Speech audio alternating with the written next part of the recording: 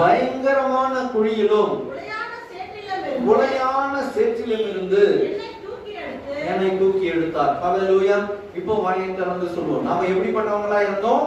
பயங்கரமான குழியில் இருந்தோம், உளையான சேற்றில இருந்தோம். அப்படிப்பட்டவர்களை உடையான சேர்னா என்ன அர்த்தம் சொன்னா, அது அப்படியே கொஞ்சம் கொஞ்சமா உள்ள இழுத்துட்டு போயிடும்.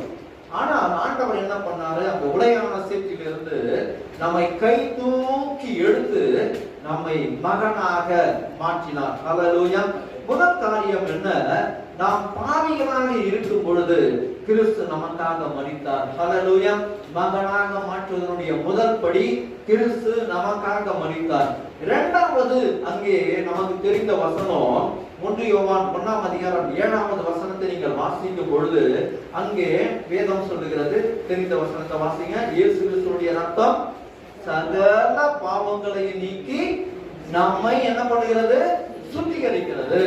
நம்மை மகனாக மாற்றுவதற்காக அவர் மரித்தார், ரத்தம் சிந்தினார். அதற்கு அப்புறம் என்ன பண்ணாரு? நம்மளை உருவாக்குகிறார். எப்படி உருவாக்குகிறார்?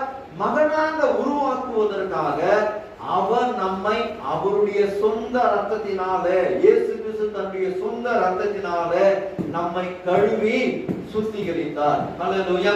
ஏசாயா 1ஆம் அதிகாரம் 18வது வசனங்களை 18வது வசனத்தை வாசிக்கும் பொழுது, உங்கள் பாவங்கள் வாசிங்க.